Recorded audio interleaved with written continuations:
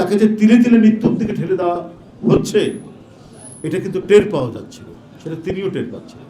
তার পরিবার বলেছে, দল তো বলেছে, পরিবার বলেছে, বিভিন্ন স্থান থেকে, এমনকি আমি জানি যে নানা দিক থেকে আরো অন্যান্য লোকরা বলেছে, দেশের গুণীজনরা পর্যন্ত বলেছে তার উন্নত চিকিৎসার জন্য, কিন্তু ওটা শোনা হয়নি, তিনি শোনেননি। তৎকালীন প্রধানমন্ত্রীর চোখের সামনে যখন এগুলো উপস্থাপন করা হচ্ছে তিনি জানছেন, তারপরেও বেগম খালেদা জিয়ার উন্নত চিকিৎসার জন্য কোনো ব্যবস্থা করলেন না। এমনকি দেশের মধ্যেও কোনো ভালো হাসপাতালে তিনি পাঠাতে চাইলেন না। তাদের যে এজেন্ডা, সেই এজেন্ডা অনুযায়ী তাকে কারাগারে নেওয়া হলো এবং তাকে কোনো উন্নত চিকিৎসা দেওয়া হলো না। যখন তিনি ক্রমাগতভাবে অসুস্থ হয়ে পড়ছেন, যে ভদ্রমহিলা হেঁটে ইয়ের মধ্যে গেলেন, কি বলে, জেলখানার মধ্যে গেলেন, সেই ভদ্রমহিলা হুইল চেয়ারে করে ফিরে আসলেন।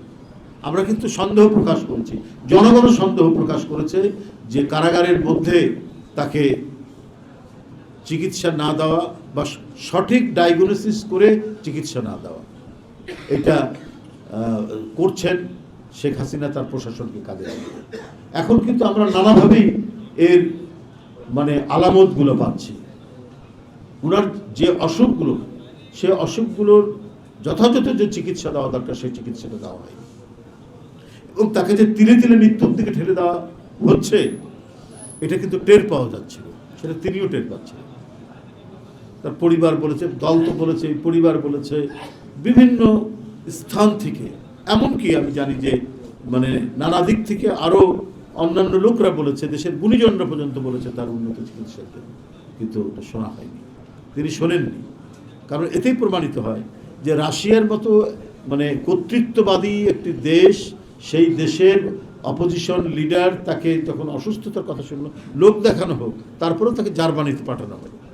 এই দৃষ্টান্তগুলো যখন ওনার চোখের সামনে, তৎকালীন প্রধানমন্ত্রীর চোখের সামনে যখন এগুলো উপস্থাপন করা হচ্ছে তিনি জানছেন, তারপরেও বেগম খালেদা জিয়ার উন্নত চিকিৎসার জন্য কোনো ব্যবস্থা করলেন না। এমনকি দেশের মধ্যেও কোনো ভালো হাসপাতালে তিনি পাঠাতে চাইলেন না, পিজি হাসপাতালের মধ্যে তাকে রাখলেন, এবং সেখানেও অবাধে যে চিকিৎসকগুলো ভালো চিকিৎসক, উন্নত মানের চিকিৎসক, তাদেরকে সেখানে যেতে দেওয়া হয়নি।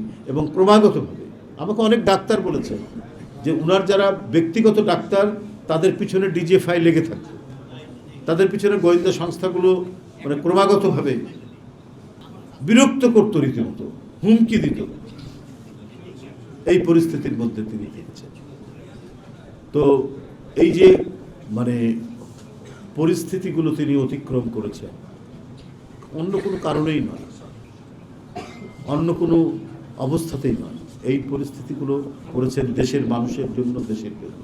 এত বেশি আত্মসংযম তার মধ্যে ছিল, স্থৈর্য, ধৈর্য চরমভাবে তিনি আয়ত্ত করেছিলেন।